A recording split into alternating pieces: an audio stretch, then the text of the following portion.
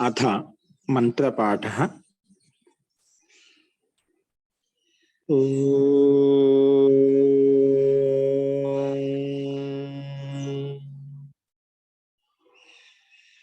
सहनाववतु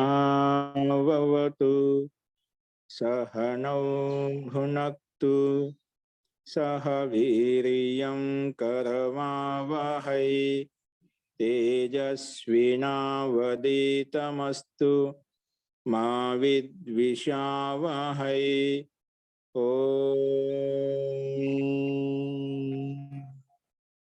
शांति शांति शांति।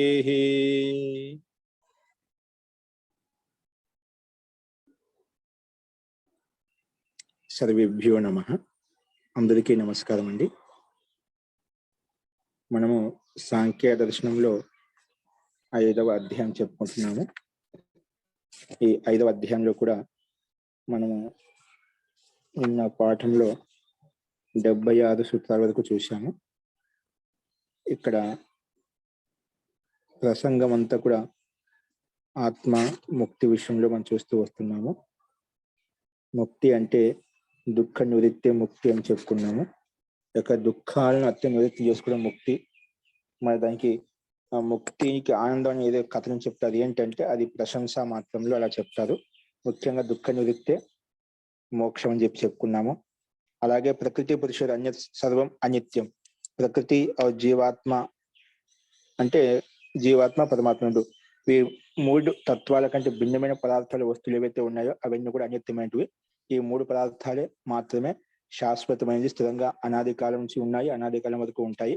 తో ప్రకృతి వేరు, జీవాత్మ వేరు, ప్రకృతి పరమాత్మ ఈ 3 తత్వాలు అనాది పదార్థములు అని చెప్పుకున్నాము. ముఖ్యంగా ఇక్కడ సాంఖ్య సిద్ధాంతంలో 3 పదార్థాలు భిన్నమని స్పష్టంగా అర్థమవుతుంది. అలాగే తర్వాత మనకు ఈ ప్రకృతి పురుషులు అంటే జీవాత్మ పరమాత్మ ఇవి భాగయుక్తమైనది కాదు. ఏ విధంగా పదార్థాలు మన సంసారంలో సంయోగం చేసి ఉత్పన్నమవుతున్నాయో అలా జీవాత్మ గాని పరమాత్మ గాని ప్రకృతి గాని అవి అవయవ సన్నివేశం చేసి ఉత్పన్నం కాదు. అందుకే భాగత్వం లేదు దాంట్లో. అంటే నిర్భాగత్వం ఉంది కాబట్టి శాశ్వతంగా ఉంటుంది, స్థిరంగా ఉంటుంది, అనాది కాలం నుంచి ఉంటుంది అనమాట. ఎక్కడైతే భాగత్వం ఉంటుందో అది నష్టం అయిపోతుంది, కాబట్టి అది స్థిర పదార్థం కాదు అని చెప్పుకున్నాము.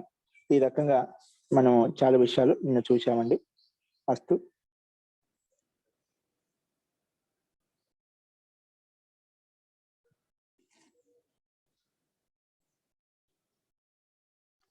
ఇలా చెప్పిన తర్వాత ఈరోజు మళ్ళీ అదే విషయాన్ని కొంచెం ముందు ప్రస్తావన తీసుకెళ్తున్నాము.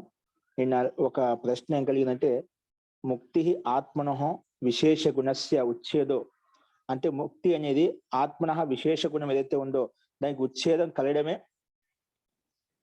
అది ఏ కారణం చేత బంధింపబడుతుందో ఆ కారణానికి ఉచ్ఛేదం కలగడమే ముక్తి అని ఒకవేళ ప్రస్తావిస్తున్న నా విశేష గుణ ఉచ్ఛేదో తద్వత్ అంటే విశేష గుణం యొక్క ఉచ్ఛేదం కలగడం ముక్తి కాదు అని చెప్పుకున్నాము. అలాగే విశేష గతి నిష్క్రియస్య అంటే జీవాత్మ సంసారాత్ ఊర్ధ్వం అంటే సంసారానికి ఉపదిశలో వెళ్ళడం అంటే సంసారం కంటే ఉంచే స్థితి ఏదైతే ఉందో విశిష్ట గతి ఏదైతే ఉందో అది ముక్తి అంటే అది కూడా ముక్తి కాదు. ఎందుకంటే ఉస్య నిష్క్రియ హోనస్య ఆ గతి నుంచి నిష్క్రియంగా ఉంటుంది కాబట్టి అది కూడా ముక్తి కాదని చెప్పుకున్నాం. ముక్తిని ఆత్మక కైవల్య అంటే కేవల స్వరూపంలో ఉంటుంది. ముక్తి అనేది ఏదో గతి విశేషం కాదు, ఊర్ధ్వ గతిని పొందడం కాదు.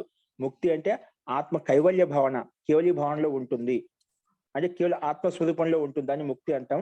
ఎప్పుడైతే ఆ స్థితి కలుగుతుందో మనకు ఆ యోగ్యత కలుగుతుంది, అంటే ముక్తి యొక్క సుఖం కలుగుతుంది.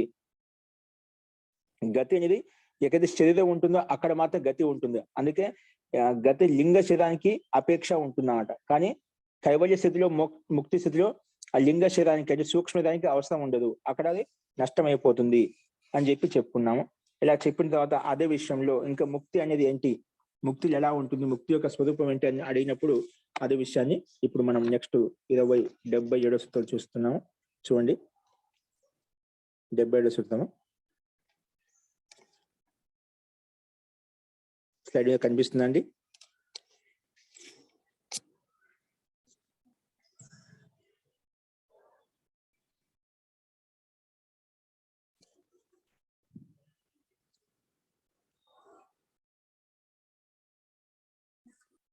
77 సూత్రంలో నా ఆకార ఉపరాగాత్ ఉచ్చిత్తి ఏంటండి పునశ్చ అని చెప్పి 77 సూత్రం చెప్పుకుంటున్నాం. పునశ్చ అంటే అది ముక్తి విషయంలో మళ్ళీ ప్రస్తావిస్తున్నారు. పైన చెప్పండి శరీరానికి అపేక్ష ఎక్కడైతే ఉంటుందో అక్కడ మాత్రం గతి ఉంటుంది, ఎక్కడైతే కేవలం ఆత్మస్వరూపంలో లీనమవుతుందో అదే ముక్తి యొక్క స్థితి అని చెప్పి చెప్పుకున్నాము. అక్కడ కైవల్య స్థితి అంటే ఆత్మ కైవల్య భావన ఎక్కడైతే ఉందో అదే ముక్తిగా భావించాలి. శరీరం యొక్క ఎక్కడైతే ఉండదో సో అది ముక్తిగా పరిగణించాము. తర్వాత ఇక్కడ అదే విషయాన్ని ఇంకో రకం ప్రస్తావించిన నా ఆకార ఉపరాగోచిత్తి క్షణికత్వాల్ దోషాత్. ఇప్పుడు క్షణికవాద సిద్ధాంతం అవసరం క్షణికవాద సిద్ధాంతం, శూన్యవాద సిద్ధాంతం అని ఆ రకంగా మళ్ళీ పూర్వపక్షి ప్రస్తావిస్తున్నాడు. నా ఆకారోపరాగా ఉచ్చిత్తి నా అంటే ఒక ఆకారం రంగురూప ఆకారం ఎంతుందో వాటి పట్ల ఆకారం ఉచ్ఛేదించడం ఏమైనా ముక్తి అంటే అది కూడా ముక్తి కాదు. ఎందుకు? క్షణికత్వాది దోషాత్. అక్కడ ఎందుకంటే క్షణికత్వవాది పక్షంలో ఒక క్షణంలో ఆత్మ ఉంటుంది, ఒక క్షణం నష్టం అయిపోతుంది. అంటే ప్రతి క్షణంలో ఆత్మ ఉత్పన్నమవుతుంది, నష్టం అవుతుంది. కాబట్టి అది కూడా ముక్తి కాదు. అందుకే ఆకార ఉపరాగో చిత్తి అంటే ఆకారం రంగు రూప స్వరూపం ఏదైతే ఉందో ఆకారం ఉపరాగమే ఉచ్చిత్తి చేస్తే అది ముక్తి అంటే అది కూడా కాదు. ఎందుకు? క్షణికత్వాది దోషాత్. చూడండి దీనికి భాష చూడండి. ఆకార ఉపరాగోచిత్తి. ఆకారం ఉపరాగం ఉచ్చిత్తి చేయడం అంటే అది నష్టం చేయడమే ఏమన్నా ముక్తి అంటామా అంటే కాదు. ఆకార ఉపరాగోచిత్తి నా ఏంటి చూడండి భాషను చూడండి. విషయాకారస్య ఉపరాగాత్ అంటే ఏదైనా ఒక విషయం పట్ల ఆ రాగం అయితే ఉందో, కామన్ ఎక్కడైతే ఉందో, విషయాకారస్య ఉపరాగాత్ అంటే విషయం పట్ల ఉపరాగం ఎక్కడైతే ఉంటుందో క్షణిక విజ్ఞాన రూపే ఆత్మని బంధో భవతి. అంటే క్షణిక విజ్ఞాన రూపం అంటే క్షణికవాద మతంలో క్షణిక విజ్ఞాన రూపే ఆత్మను బంధో భవతి అంటే క్షణంలో ఉత్పన్నమవుతుంది, అప్పుడు బంధం ఏర్పడుతుంది, మరి క్షణంలో నష్టం అయిపోతుంది, అప్పుడు బంధం విముక్తి కలుగుతుంది అన్నమాట. అలాగే క్షణికవాది ప్రస్తావిస్తున్నప్పుడు క్షణికవాది ఆలోచిస్తున్నమాట. విషయాకారస్య ఉపరాగాది ఎప్పటి విషయంతో ఆకారం ఉపరాగం అవుతుందో అంటే ఆ వస్తువు సంబంధం అవుతుందో ఆ క్షణిక విజ్ఞాన రూపంలో ఆత్మతో సంబంధం ఏర్పడుతున్నమాట. ఇక్కడ ఆ రాగోచిత్తి ఎప్పుడైతే చదువుతుందో అప్పుడు మళ్ళీ ముక్తి స్థితి కలుగుతుంది. అంటే క్షణంలో మారుతూ ఉంటుంది. ఎప్పుడైతే ఏ వస్తువు పట్ల, ఏ వ్యక్తి పట్ల, ఏ పదార్థం పట్ల ఉపరాగం అంటే రాగం ఉందో అప్పుడు బంధనం ఏర్పడుతుంది. ఎప్పుడైతే ఆ రాగం యొక్క ఉచ్చిత్తి కలుగుతుందో అదే ముక్తి కలుగుతుంది అని చెప్పి పూర్వపక్షి ప్రస్తావిస్తున్నాడు అంట. అందుకే విషయాకారస్య ఉపరాగాత్ అంటే క్షణిక విజ్ఞాన రూపే ఆత్మని బంధోభవతి. క్షణికాలంలో ఆత్మ బంధోభవతి. తస్య విషయ ఉపరాగస్య ఉచ్ఛేదో ముక్తిరపి ఇత్యపి న. తస్య విషయో ఉపరాగస్య ఉచ్ఛేద ముక్తి ఇత్యపి న. ఒకవేళ నువ్వు ఎప్పుడైతే ఆ వస్తువు పట్ల, ఆ పదార్థం పట్ల, ఒక వ్యక్తి పట్ల రాగం ఉంటుందో అక్కడ ఆ బంధం ఏర్పడుతుంది, ఎప్పుడైతే అది ఉచ్ఛేద కలుగుతుందో అదే ముక్తి అంటున్నావు కదా, అది కూడా ముక్తి కాదు. అంటే పూర్వపక్షి యొక్క అభిప్రాయం సిద్ధాంతి దాన్ని మళ్ళీ ఒకసారి పునరావృతి చేస్తూ సమానం చెప్తున్నావట. నువ్వు ఏమన్నా ముక్తి అంటే అలా అనుకుంటున్నావా? ఏ వస్తువు పట్ల, ఏ పదార్థం పట్ల రాగం ఉన్నప్పుడు ఆ జీవాత్మ బంధంలో ఏర్పడుతుంది. తర్వాత ఆ వస్తువు పదార్థం పట్ల రాగం ఎప్పుడైతే తొలగిపోతుందో అప్పుడు ముక్తి స్థితి కలుగుతుంది. నువ్వు అలా అనుకుంటున్నా అది కూడా కాదు, అది కూడా ముక్తి కాదు. అది ఇప్పుడు తస్య విషయ ఉపరాగస్య ఉచ్ఛేదో ముక్తి ఇత్యపి నా. ఎందుకు కాదంటే ఆ విషయంలో దానికి సమానం చెప్పిన సిద్ధాంతి. ముక్తే క్షణికత్వం ఆపద్యతే. ఆ ముక్తి క్షణికాలంలో ఉత్పన్నమవుతుంది, క్షణికాలంలో నష్టం అవుతుంది అన్నప్పుడు అటువంటి ముక్తి కోసం ఇంత మహాన్ ప్రయత్నం చేయడం ఎందుకు? కాబట్టి అవసరం లేదు. అందుకే ముక్తే క్షణికత్వం ఆపత్తి. ముక్తి క్షణకాలం నష్టం అవుతుంది, క్షణకాలం ఉత్పన్నమవుతుంది. అలాంటి స్థితి దోషాపత్తి వస్తుంది. తథోపాయే అపురుషార్థం. అలాంటి ఉపాయం కోసం ప్రయత్నం అది పురుషార్థమే కాదు. అటువంటి పురుషార్థం ఎందుకండి? క్షణకాలం ఉత్పన్నమవుతుంది, క్షణకాలం నష్టమైన దానికి అంత పురుషార్థం చేయడం ఎందుకు? అది అసలు పురుషార్థమే కాదు. క్షణికత్వం కోసం, క్షణికమైన సుఖం కోసం, క్షణికమైన ఆనందం కోసం ఇంత మహాన్ ప్రయత్నం చేయాల్సిన అవసరం లేదు. అది అసలు పురుషార్థమే కాదు, పురుషుని యొక్క ప్రయోజనమే కాదు. అందుకే తథా ఉపాయే అపురుషార్థత్వం క్షణాంతరే స్వతః బంధ నివృత్తి ప్రసంగశ్చ ఆపద్యతే ఏతస్మాత్. అందుకు ఈ కారణం చేత క్షణకాలంలో స్వతః బద్ధ అది ఏ విషయం పట్ల, వస్తువు పట్ల రాగం ఉంటే స్వయం బంధింపబడుతుంది. తర్వాత అది దాని పట్ల రాగం తొలగిపోయిన తర్వాత నివృత్తం అవుతుంది. అంటే ఉత్పన్నం కావడం, అది రాగయుక్తంగా బంధింపబడడం, తర్వాత నివృత్తం కావడం అనేది అది క్షణంలో జరిగిపోతుందంట. క్షణాంతరే పరివర్తనం భవతి, క్షణ కాలంలో అది మార్పు చెందుతూ ఉందన్నమాట. అందుకే క్షణాంతరే స్వతః బంధ నివృత్తి ప్రసంగశ్చ ఆపద్యేత ఏతస్మాత్, ఈ కారణం చేత క్షణకాలం ఉత్పన్నమవుతుంది, క్షణకాలం నష్టం అవుతుంది. క్షణికమైన సుఖం కోసం ఏ ప్రయత్నం చేస్తున్నామో అది అసలు పురుషార్థమే కాదు, కాబట్టి ముక్తి ఇది కూడా కాదు అని చెప్పి సిద్ధాంతి ప్రస్తావించాడు.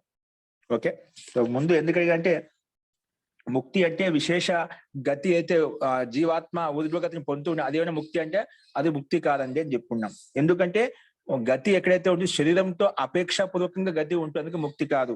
అయితే విషయం పట్ల ఆకర్షణ ఉంటుంది, ఆకర్షణ ఉండే బంధం ఏర్పడుతుంది, ఆకర్షణ తొలగిపోయిన బంధ విముక్తి కలుగుతుంది, అది ముక్తి అంటే అది కూడా కాదు. అది కూడా క్షణకాలం ఉత్పన్నం అవుతుంది, క్షణకాలం నష్టం అవుతుంది, కాబట్టి అది కూడా ముక్తి కాదు. మరి ముక్తి అంటే ఏంటి? దానికి విషయం చెప్తున్నాం మనం ఇంకో రకంగా.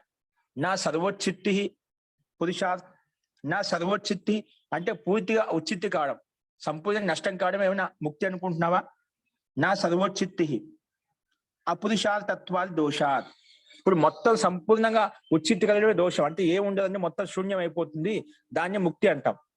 ఇప్పుడు అంటే శూన్యవాది అంటే అసలు ఏమి లేదు, పదార్థం అంటే స్వరూపం, పదార్థం యొక్క స్వరూపం అంటూ అస్తిత్వం అంటూ లేదు, మొత్తం శూన్యం, కనిపించేంత మాయ, ఇదంతా ఏమి కాదు, ఏమి లేదని చెప్పామనుకోండి, అటువంటి అపురుషార్థం ఏమి లేనప్పుడు దానికోసం పురుషార్థించడం ఎందుకు? ఒకవేళ పురపక్షి ఇలా అంటామని చెప్పి ముందే వారి యొక్క అభిప్రాయం మొత్తం ఇక్కడ ప్రస్తావన చేస్తూ ఇక్కడ సమానం చెప్తున్నాడు. నా సర్వోచిత్తి మొత్తం సంపూర్ణంగా ఉచిత్తి కావడమే, సంపూర్ణ నష్టం కావడమే ముక్తి అంటున్నావా? అది కూడా కాదు. ఎందుకు? ఆ పురుషార్థత్వాలు దోషాత్, ఇంకా ఆ పురుషార్థత్వ దోషం అనే ప్రసక్తి వస్తుంది. పురుషార్థం చేయడం ఎందుకు? అక్కడ ఈ దోష ప్రసక్తి వస్తుందన్నమాట. ఇప్పుడు మొత్తం శూన్యం కోసం ఎందుకు ప్రయత్నం చేస్తామండి? ఏదో ఒక అస్తిత్వం ఉంటే అస్తిత్వాన్ని పొందడం కోసమే, అస్తిత్వ అనుభూతిని పొందడం కోసం ప్రయత్నం చేస్తామట. అసలు శూన్యం ఏమి లేదు, అంత కనిపించే మాయా అన్యాయం అనుకోండి, దానికోసం పురుషార్థం చేయడం ఎందుకు? కాబట్టి ఆ పురుషార్థత్వ దోషాత్ అంటే ఆ పురుషార్థం అనే దోష ప్రసక్తి వస్తుంది. ఇంకా పురుషార్థం చేయడం ఎవరు కూడా. ఏమి లేదంటే ఏదైనా ఉంటే దానికోసం ప్రయత్నం చేస్తాం, ఏమి లేదన్నప్పుడు దానికోసం ఎందుకు ప్రయత్నం చేస్తాం? కాబట్టి ఆ పురుషార్థత్వ దోషాత్, ఆ దోషం వస్తుంది. చూడండి భాష్యం. శూన్యవాది అక్కడ పైన క్షణికవాది విషయం ప్రస్తావించారు. క్షణికవాది దోషం వస్తుంది, క్షణకాలం ఉత్పన్నం అవుతుంది, క్షణకాలం ముక్తి కలుగుతుందంటే ఆ క్షణకాలం కోసం ముక్తి కోసం ప్రయత్నం చేయాల్సిన అవసరం లేదని చెప్పారు. అయితే మొత్తం శూన్యం, మొత్తం నష్టం కావడమే ముక్తి అంటే అది కూడా కాదు. ఎందుకు? అక్కడ కూడా పురుషార్థత్వానికి దోష ప్రసక్తి వస్తుంది. కానీ లోకంలో పురుషార్థం చేస్తున్నాం అంటే దానికి ఒక ఔచిత్యం అంటూ ఉంది, కాబట్టి ఆ దోష ప్రసక్తి వస్తుంది. చూడండి భాష్యం. సర్వోచిత్తిహీన, అన్ని అంత నష్టం కావడం, పూర్తిగా ఉచిత్తి చేయడమే ముక్తి అంటున్నావా? అది కూడా కాదు. చూడండి భాష్యంలో. సర్వస్య విజ్ఞాన స్వరూపస్య ఆత్మనశ్చాపి ఖలు ఉచ్ఛేదో ముక్తిరి నా యుక్త. సర్వస్య విజ్ఞాన స్వరూపస్య ఆత్మనశ్చ అంటే సంపూర్ణంగా ఆత్మకు నష్టం కావడమే, పూర్తిగా తొలగించుకోవడమే. ఖలు ఉచ్ఛేదో ముక్తి నా యుక్త, అది కూడా యుక్తి సంగతం కాదు. ఏం చెప్పాడు? సర్వస్య విద్య అంటే క్షణకాలం ఉత్పన్నం అవుతుంది, క్షణాలు నష్టం అవుతుంది కదా, అది ఉత్పన్నంగా నష్టంగా పూర్తిగా నష్టమే అవుతుంది, అసలు ఏమీ లేదు, ఆత్మ యొక్క స్వరూపం ఏం లేదు, అంతా మాయ కనిపించేదంతా. అలా ఒకవేళ అంటే గిన అది చెప్పడం కూడా యుక్తి సంగతం కాదు.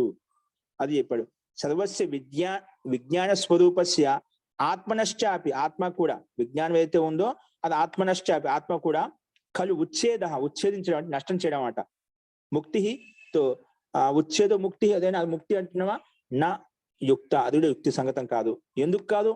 ఆ పురుషార్థత్వాది దోషాత్ నహి ఆత్మనాశ, ఎప్పటికీ ఆత్మకి నాశం కాదు. మనం చెప్పుకున్నామండి, ఆత్మ అనేది ఒక అగ్ని కాల్సి లేదు, దాన్ని నీరు నీరు అనేది దాన్ని ఇది చేయలేదు అనమాట. అంటే ఏ రకంగా కూడా దానికి ఆత్మకి ఎటువంటి హాని కలగలేదు, దాన్ని ఎటువంటి హాని కలగదన్నమాట.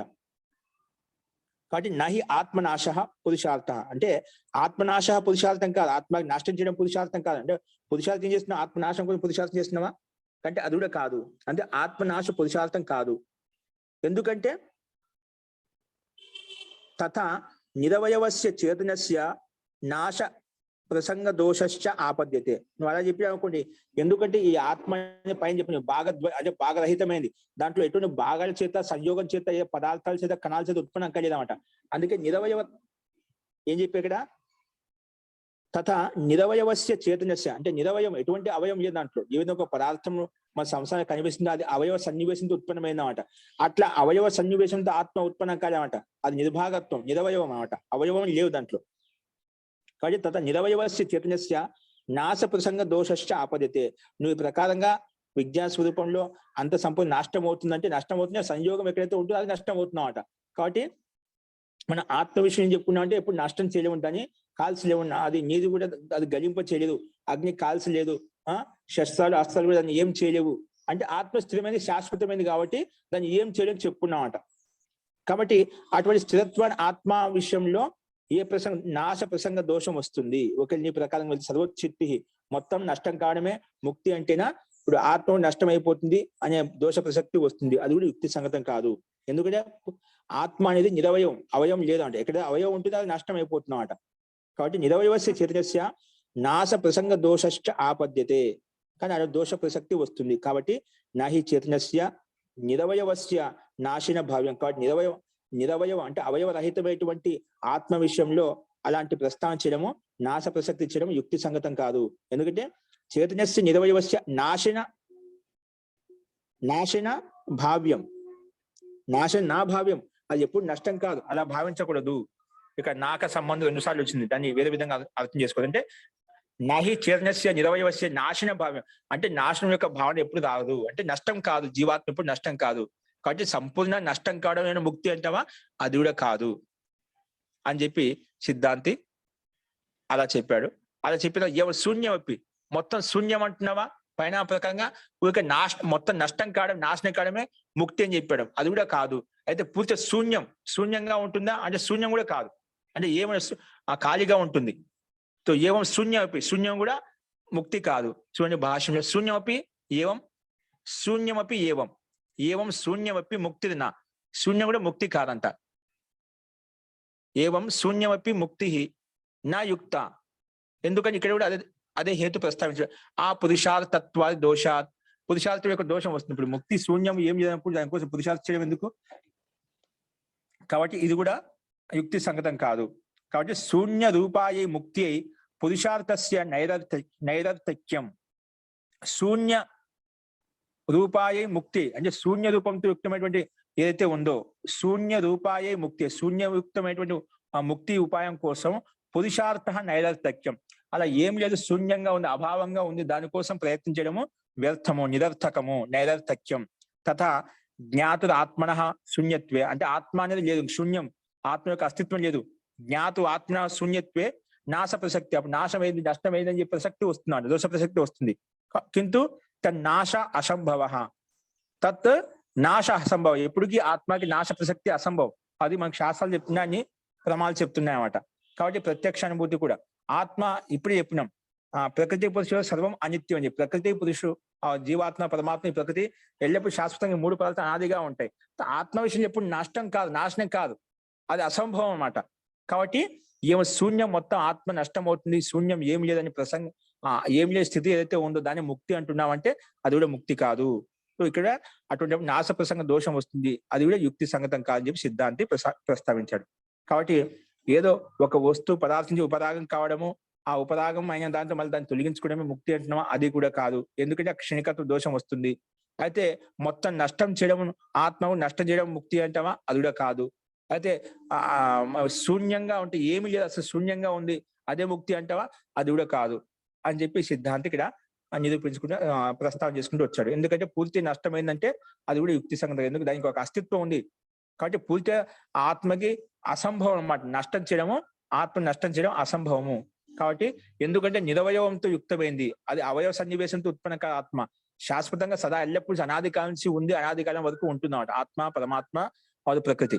కాబట్టి నిరవయవ యుక్తమైంది. కాబట్టి అటువంటి నిరవయవ యుక్తమైన చేతన ఆత్మ విషయంలో ఇలా ప్రస్తావించడం యుక్తి సంగతం కాదు. అందుకే శూన్యం కాదు, మొత్తం ఉచ్ఛేదం కూడా చేయలేము, క్షణికత్వ దోష ప్రసక్తి ఇవన్నీ వస్తాయి. కాబట్టి ఇది ఆత్మ కాదు అని చెప్పి సిద్ధాన్ని ప్రస్తావించడం. అయితే ఇంకో రకం, అయితే ముక్తి ఇదే ఇంకో రకం ప్రస్తావిస్తున్నాడు. అథ సంయోగాశ్చ వియోగాంత ఇది దేశాది లాభోపిన. అయితే ఒక స్థాన విశేషం పొందడం, ఇప్పుడు ఒక పదవి వచ్చింది, విశిష్టమైన పదవి వచ్చింది అంటే ఒక స్థాన విశేషం పొందడమైన ముక్తి అంటామా? ఇప్పుడు చక్రవర్తి సామ్రాజ్యం యొక్క పదవి, చక్రవర్తి సామ్రాజ్యం యొక్క అధికారం పూర్తిగా వచ్చేసింది అంటే ఒక స్థానం పొందానమాట. ఒక నేత ఒక ఏ విధంగా ఎమ్మెల్యే, ఎంపీగా ఏ విధంగా అయితే విశిష్టమైన నేతృత్వంలో దేశ పరిపాలన కోసం ఒక పదవిని పొందుతాడో అలా ఒక పదవిని పొందడం, విశిష్టమైన స్థానాన్ని పొందడం ముక్తి అంటావా అంటే అది కూడా కాదు. చూడు, సంయోగ వియోగాంత ఇది సంయోగాశ్చ వియోగాంత ఇది దేశాది లాభో అపి దేశాది లాభో అపి. సో సంయోగం వియోగం ఏవైతే ఉన్నాయో అవి దేశాది లాభో అపి అంటే దేశం అంటే స్థాన విశేషం. స్థాన విశేషం ఏదైతే పొందడాన్ని, విశిష్ట స్థానాన్ని పొందడాన్ని ఏమైనా ముక్తి అంటామా అది కూడా కాదు. ఎందుకంటే అవి సంయోగ వియోగాంత. సంయోగం ఉన్నాయా వియోగం కూడా చెందుతాడు. ఎల్లప్పుడూ ఆ పదవి స్థానం కూడా మనకు శాశ్వతంగా ఉండదన్నమాట. ఆ పదవి కూడా శాశ్వతంగా ఉండదు. కాబట్టి సంయోగ వియోగాంతశ్చ ఇది దేశాది లాభోపి నాకు అనుమతి అధ్యాసం పయించి అనుమతి తీసుకోవాలన్నమాట. కానీ స్థాన విశేషాన్ని పొందడం కూడా ముక్తి యొక్క సుఖం, స్వర్గం యొక్క సుఖం విశిష్టంగా ఉంటుంది. అన్ని సుఖ ఐశ్వర్యాలు దేవత్వాన్ని పొందుతాం, దేవతల యొక్క రాజ్యంలోకి వెళ్తాము, బ్రహ్మలోకంలోకి వెళ్తాం. నువ్వు ఏ లోకంలోకి వెళ్ళినా నీకు నువ్వు చేసిన పుణ్యకరమైన విశిష్ట స్థానం దొరుకుతుంది. కానీ అవి సంయోగ వియోగాంతాలు.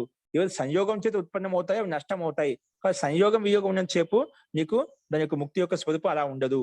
కాబట్టి సంయోగ వియోగాంతా ఇది దేశాది లాభోపి దేశ విశిష్టమైన స్థానం విశేషం కూడా ముక్తి కాదు. చూడండి భాష్యంలో దేశాది లాభ అపి ఏంటి దేశాది లాభ? విశేషాత్ దేశాత్ విశేష దేశ అంగన సుఖ భోగాది లాభోపి ముక్తి నా యుక్త. విశేష దేశం అంటే విశిష్టమైన దేశం అంటే స్థాన విశేషము. అంగన అంటే స్త్రీ, వీరాంగన. అంగన అంటే స్త్రీ, అంటే స్త్రీ యొక్క సుఖము. అంగన సుఖ భోగాది, ఇంకా సుఖాలు, ఇంకా భోగాలు, సకల భోగ ఐశ్వర్యాలు ఏవైతే ఉన్నాయో భోగాలు అనిపించడం కోసం. సుఖ భోగాది లాభోపి అంటే విశిష్టమైన సుఖాలు లభించడము, విశిష్టమైన సంసారాలు ఏవైతే మనం విశిష్టంగా చక్రవర్తి సామ్రాజ్యం కావచ్చు, విశిష్టమైన పదవి కావచ్చు, ధనం, ఐశ్వర్యం, అంటే సంసారంలో దివ్యమైన సుఖ విశేషాలు ఏవైతే ఉన్నాయో ఇక్కడ అవి చెప్పాడు. విశేష దేశ ప్రాప్తి లాభం కానీ, స్త్రీ యొక్క లాభం కానీ, ఇంకా భోగాలను అనుభవించడానికి ఏవైతే సుఖ భోగ సాధనాలు ఏవైతే ఉన్నాయో అవన్నీ వాటి లాభాన్ని పొందిన ముక్తి అంటున్నావా అది కూడా కాదు. సంసారంలో నీకు ఎటువంటి దివ్యమైనటువంటి సుఖ భోగాలు ఏవైతే ఉన్నాయో సుఖాన్ని పొందడం కోసం అవన్నీ కూడా ముక్తి కాదు. ఇప్పుడు చాలా మంది అంటే స్వర్గం అంటే ఉంటుందని, ముక్తి అంటే ఎక్కడ ఉంటుంది? ఇక్కడ సంసారంలో సకల భోగ ఐశ్వర్యం భుజించడమే, ఆస్వాదించడమే ఇదే స్వర్గం, ఇదే ముక్తి అని కొంత అనుకుంటుంటారు అనమాట.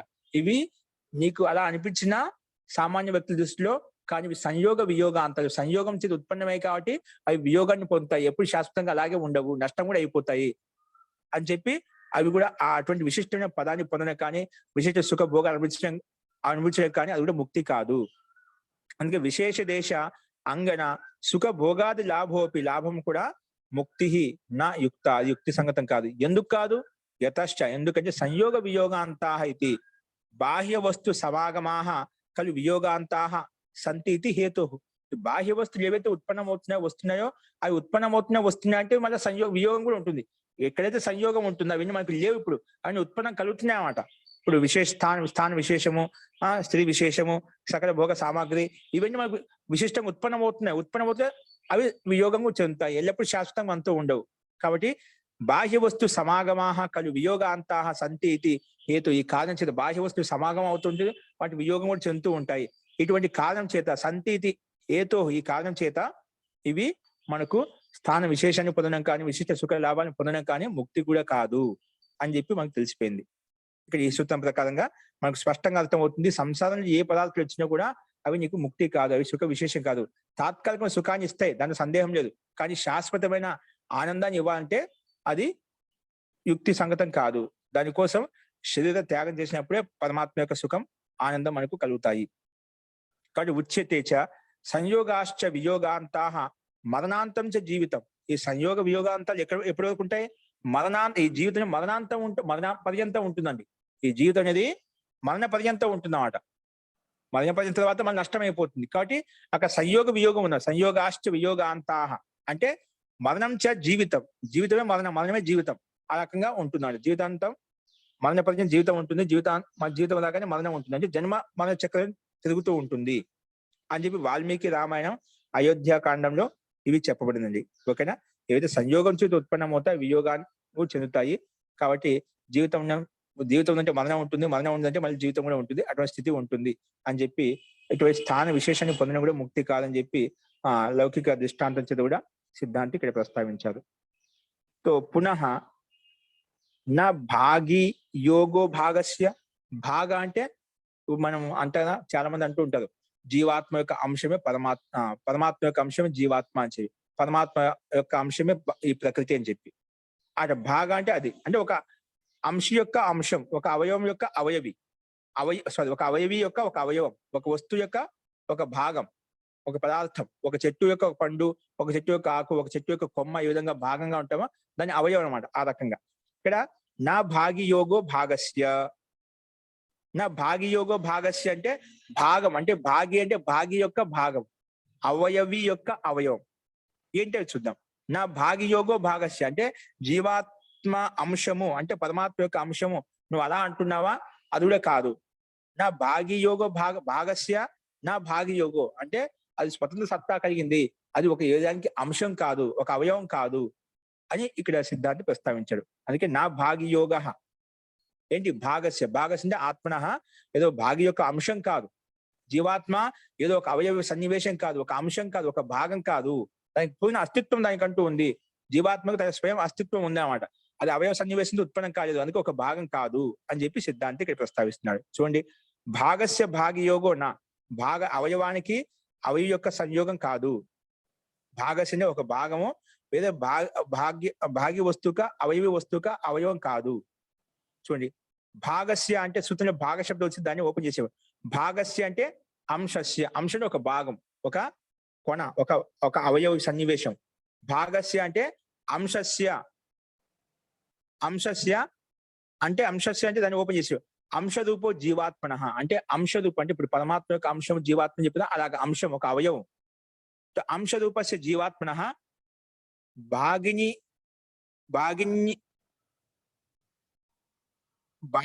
అంశిని.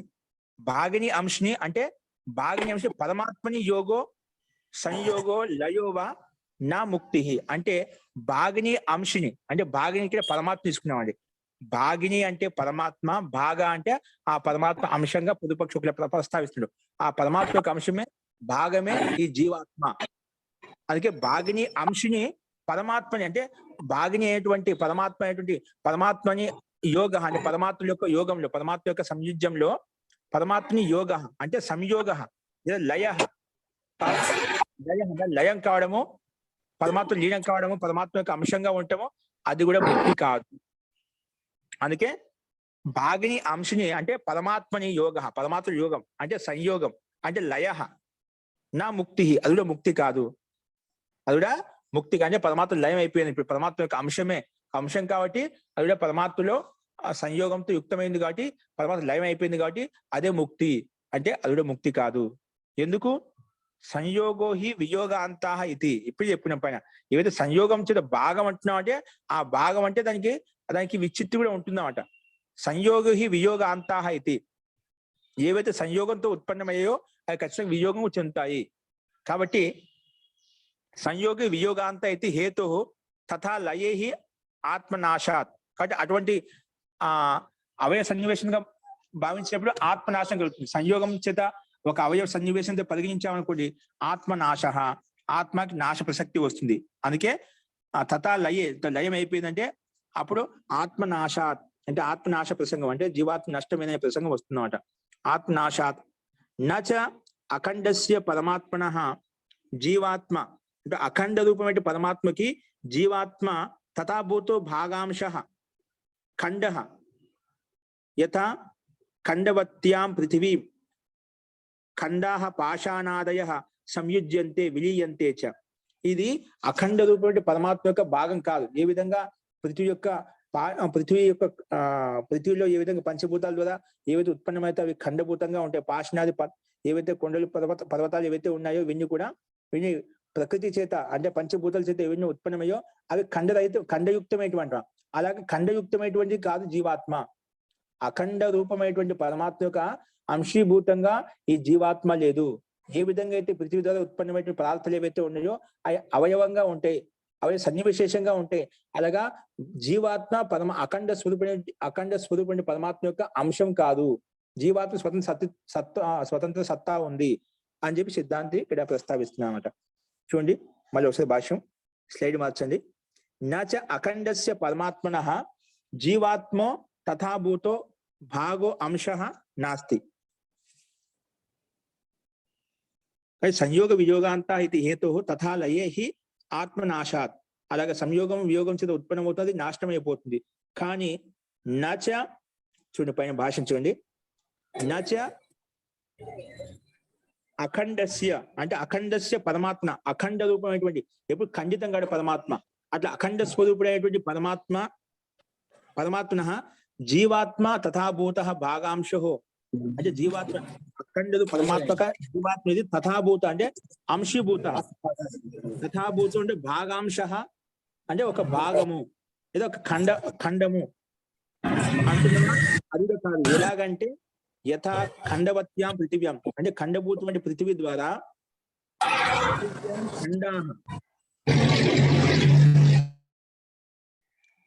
పృథివ్యాం ఖండాహ అంటే ఖండ అంటే పాషాణాదయ అంటే ఏవైతే పృథివీ మీద ఏవైతే పదార్థాలు, చెట్లు చేమలు ఏవైతే ఉన్నాయో, అన్ని పదార్థాలు ఏవైతే కనిపిస్తున్నాయో అవి ఖండభూతాహ అంటే అవయవయుక్తంగా ఉన్నాయన్నమాట. ఖండభూతాహ ఖండాహ పాషాణాదయ సంయుజ్యంతే విలీయంతే, అవి ఉత్పన్నమవుతుంటాయి, సంయోగం చెందుతుంటాయి, అవి విలీనం అయిపోతుంటాయి. అలాగా పరమాత్మ అఖండ రూపమైన పరమాత్మ యొక్క అంశం కాదు జీవాత్మ. అందుకే నా భాగాంశో ఖండ యథా ఖండవత్యాం పృథివీ, ఖండయుక్తమైన పృథివీ ద్వారా ఉత్పన్న పదార్థాలు ఏవైతే ఉన్నాయో అవి సంయుజ్యంతే విలీయంతే, అవి సంయోగంతో ప్రాప్తమవుతుంటాయి, నష్టమవుతుంటాయి. అలా జీవాత్మ కాదు. అందుకే చెప్పాడు జీవాత్మతో పరమాత్మన ఏకదేశ వర్తిత్వాద్ అంశః తస్మిన్ తస్య తథా యోగస్తు బద్ధస్యాపి వర్తతే. ఇప్పుడు జీవాత్మతో పరమాత్మన ఏకదేశ, జీవాత్మ అంటూ పరమాత్మ యొక్క ఏకదేశము, నువ్వు అలా అంటేనా ఏకదేశత్వం అనేది తస్మిన్ తస్య తథా యోగస్తు, అలాంటి యోగం అయితే బద్ధస్యాపి వర్తతే, అలాంటి యోగము బద్ధ జీవాత్మ అవుతుందో అది కూడా పరమాత్మతో యుక్తమై ఉంటున్నాడు, పరమాత్మ అంశంగానే ఉంటున్నామట. సో అది కూడా బద్ధాత్మ ముక్తిగా పరిగణించాలి కదా. కాబట్టి పరమాత్మ యొక్క అంశం కూడా జీవాత్మ కాదు.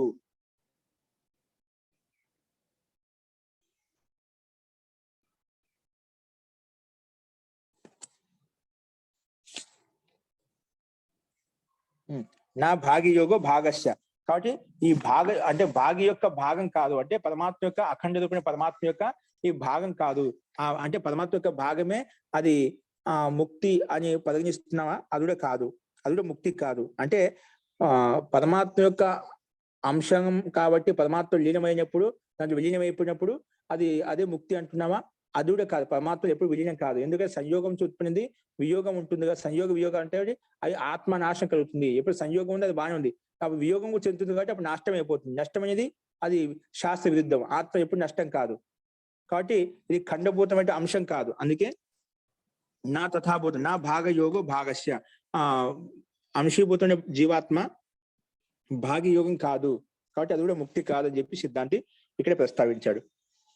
కాబట్టి మొత్తానికి జీవాత్మ అనేది ఒక భాగం కాదు, అంటే పరమాత్మ యొక్క భాగం కాదు, పరమాత్మ యొక్క అంశం కాదు. అందుకే ఆ పరమాత్మలో అంశమే జీవాత్మక లయం కావడమే ముక్తి అంటున్నావా, అది కూడా యుక్తి సంగతం కాదు. ఎందుకంటే అక్కడ సంయోగ వియోగం ఉంటుంది కాబట్టి అక్కడ ఆత్మనాశం అనే ప్రసంగ దోషం వస్తుంది.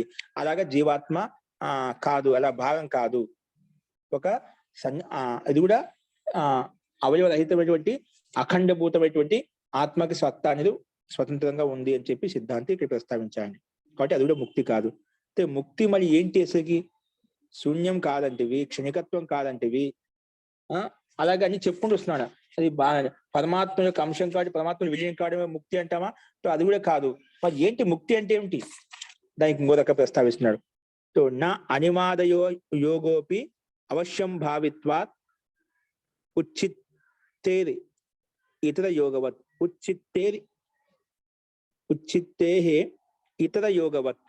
అంటే నా అనిమాద, అనిమా గదిమా లగిమా ఏవైతే సిద్ధులు ఉన్నాయి కదా, అంటే ఆ సిద్ధులను పొందడం ఏమైనా ముక్తి అంటున్నావా? అనిమా గదిమా లగిమా ప్రాకామ్య అవి ఏవైతే సిద్ధులు ఉన్నాయో, అష్టసిద్ధులు అష్టైశ్వర్యాలు ఏవైతే ఉన్నాయో, అయితే అది ఏమైనా ముక్తియా? ముక్తి అలా ఉంటుందా, ముక్తి ఒక సుఖ విధంగా ఉంటుందా అంటే అది కూడా కాదు. నా అనిమాదయో యోగో అపి, ఎందుకు అవశ్యం భావిత్వా ఉచ్చిత్తే, ఎందుకంటే ఆ సిద్ధులు కూడా అవశ్యం భావి ఖచ్చితంగా ఉచ్ఛేదించబడతాయండి, నష్టం అవుతాయండి. ఎల్లప్పుడూ ఆ సిద్ధులు ఎల్లప్పుడూ మన దగ్గర ఉండవు, అవి కూడా నష్టం అవుతాయి, ఉచ్ఛేదించబడతాయి అన్నమాట. కాబట్టి అవశ్యం భావిత్వ ఉచ్చిత్తేహే ఇతర యోగవత్, ఏవైతే వేరే లక్షణాలు ఏవైతే చూస్తున్నామో అవి ఏ విధంగా నష్టం అవుతున్నాయో, కాబట్టి ఆ అనిమ గదిమాది సిద్ధులు కూడా అవి నష్టం అవుతాయి, కాబట్టి అది కూడా ముక్తి కాదు అని చెప్పి సిద్ధాంతి ఈ సూత్రం ద్వారా చెప్తున్నారు. చూడండి భాష్యం. అనిమాది యోగ అపి నా అనిమాది ప్రాప్తిరపి నా ముక్తి. అనిమా గదిమావి అనిమాది ప్రాప్తి పొందడం కూడా నా ముక్తి, అది కూడా ముక్తి కాదు. ఎందుకంటే అనిమా భవతి అనిమా గదిమ అంటే దానికి ఒక్కో అనిమా అంటే దానికి ఒక్కొక్కటి అర్థం చెప్తున్నాడు. అనిమా భవతి అను, అనిమ అంటే అత్యంత లఘు అను స్వరూపంలో ఉంటుందని అనిమ అంటాం, అది ఒక సిద్ధి. లఘిమా భవతి లఘు, ఇది చాలా సూక్ష్మంగా ఉంటుంది. లఘు అనిమ లఘిమ, లఘిమ అంటే లఘుదు భవతి సూక్ష్మంగా ఉంటుంది. మహిమ అంటే చాలా మహాంతంగా ఉంటుంది, మహాన్ భవతి. ప్రాప్తి అంటే ప్రాకామ్య అంటే ఇచ్ఛానభిఘాత, ప్రాప్తి అటువంటి సిద్ధి, ఇవన్నీ సిద్ధులు అండి. ఇప్పుడు అనిమ అనిమ అంటే సూక్ష్మ విషయాలు గ్రహించబడతాయి. లఘిమ అంటే లఘు అంటే సూక్ష్మమైన కూడా చిన్నమైనటువంటి కూడా అవి కూడా ప్రత్యక్షం అవుతాయి. మహిమ మహాంతమైన వస్తువు పదార్థం కూడా అవి కూడా ప్రాప్తం అవుతాయి, అంటే సిద్ధి ద్వారా ఆ సిద్ధి కలుగుతుంది. అలాగే ప్రాప్తి అంటే ప్రాకామ్య ఇచ్ఛా అనభిఘాత, ప్రాప్తి సిద్ధి ఒకటి ఉందన్నమాట. ఆ ప్రాప్తి సిద్ధి ద్వారా నీకు ఏది కావాలంటే అది సిద్ధిస్తుందండి. అదే చెప్పారు, ప్రాకామ్య ఇచ్ఛా అనభిఘాత, నీకు ఇచ్ఛాకి నీ మనసులో ఏదైతే ఇచ్ఛా కోరిక ఉందో అది ఎప్పుడు అభిఘాతం కాదనమాట. అనభిఘాత అంటే నువ్వు అటువంటి సిద్ధి అటువంటి ఐశ్వర్యం కలుగుతుంది. నువ్వు సంకల్పం మాత్రం చేత సంసారంలో సకల భోగ భాగ్యాన్ని ఎక్కడ విచరించాలంటే, ఎక్కడ వెళ్ళాలంటే, ఏదైనా సుఖాన్ని పొందాలంటే అవన్నీ నీకు అందుతాయన్నమాట. ఆ సిద్ధి అటువంటి సిద్ధి నీకు కలుగుతుందన్నమాట. కాబట్టి ఈ సిద్ధి కూడా విషయం నీకు చెప్పామన్నమాట. అంటే ప్రాప్తి అంటే ప్రాకామ్య ఇచ్ఛా అనభిఘాత, నీ ఇచ్ఛా ఇష్టానికి ఎటువంటి అభిఘాతం కలగదు. కాబట్టి ఏమైనా అది ముక్తి అంటున్నావా, అది ముక్తి కాదు. వశిత్వం అంటే సర్వభౌతికేషు వశీభవతి, అంటే పూజ వశిత్వం అంటే ఈ పంచభూతాలు మొత్తం ఈ బ్రహ్మాండం అంతా నీ వశంలో ఉంటుందండి. అంటే నువ్వు ఏం చెప్తే అలా జరిగిపోతున్నాడు, నువ్వు ఏ రకంగా చేయాలంటే దాన్ని ఆ రకంగా మార్చేయచ్చు అన్నమాట. అంత శక్తి వస్తుందన్నమాట. అంటే ఈ సిద్ధుల్లో అనిమా గదిమా లఘిమాది ప్రకారంగా నువ్వు ఏది కావాలంటే ప్రకృతి ఉండే పదార్థాలు ఏ విధంగా కావాలంటే ఆ విధంగా వాడుకోవచ్చు. నీ వశంలో ఉంటుంది ప్రకృతి కూడా, ఈ బ్రహ్మాండం కూడా ఈ ప్రకృతి వరకు ఏదైతే ఉందో భగవంతుడు నీకు అంత శక్తి సామర్థ్యం ప్రసాదిస్తాడు, అంత వశిత్వం వస్తుంది. అంటే అదేమైనా ముక్తి అంటున్నావా, అది కూడా కాదు. సో వశిత్వం ఏది భూత భౌతికేషు వశీభూతి, ఈ పంచభూతాలు అంతా కూడా భౌతిక జగత్ అంతా కూడా నీకు వశీభూతం అవుతుంది. అది ఏమైనా ముక్తి అంటున్నావా? చూడు, ఇంత ఐశ్వర్యం ఇంత సామర్థ్యం వచ్చిందా, దాన్ని ఐశ్వర్యం అనుకుంటున్నావా, దాన్ని ముక్తి అనుకుంటున్నావా, అది కూడా ముక్తి కాదు. సో ఈషిత్రిత్వం, ఇది ఇంకో సిద్ధి. ఈషిత్రిత్వం అంటే కామ్యం ఎత్ర కామ వసాయిత్వం, అంటే కామన నువ్వు ఎక్కడెక్కడైతే విహరించాలనుకుంటున్నావు, ఎక్కడైతే విచరించాలనుకుంటున్నావు, ఆకాశ గమనం చేయాలనుకుంటున్నావు, ఎక్కడ ముల్లోకాలు ఎక్కడ కావాలంటే అక్కడ విచరించేయచ్చు అండి. అంటే అటువంటి సిద్ధి కలుగుతున్నావు అంట. అంటే ఎక్కడ కామ వసాయిత్వం, ఎక్కడ కామన ఉంది, ఎక్కడైతే కోరిక ఉంది, ఎక్కడికి వెళ్ళాలనుకుంటే అక్కడ గతి చేయొచ్చు అంట.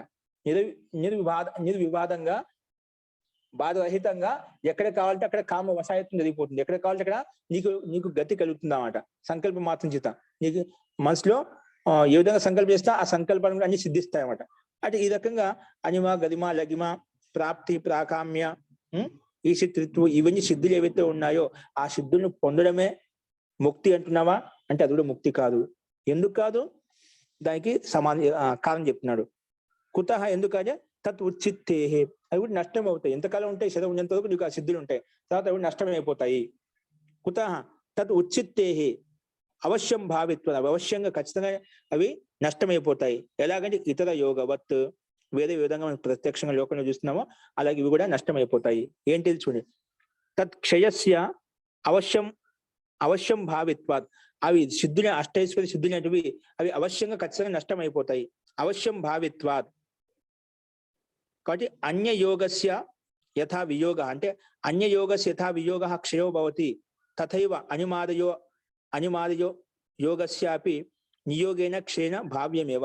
ఈ విధంగా లౌకిక పదార్థాలు ఏవైతే ఉంటున్నామో శాశ్వతంగా మనం ఏదైతే కావాలనుకుంటున్నాం అవి మనకు సంసారం పొందుతున్నాం, కానీ శాశ్వతంగా మన దగ్గర ఉండవు, కానీ నష్టం అవుతున్నాయి. అలాగే ఈ అనిమా గదిమాది సిద్ధులు కూడా ఈ శరీరం ఉన్నంతసేపు ఆ యోగి ఆ సాధకుడు ఏదైతే సిద్ధి కోసం ప్రయత్నం చేస్తున్నారో అంతవరకే ఉంటాయి, తర్వాత నష్టమైపోతాయి. కాబట్టి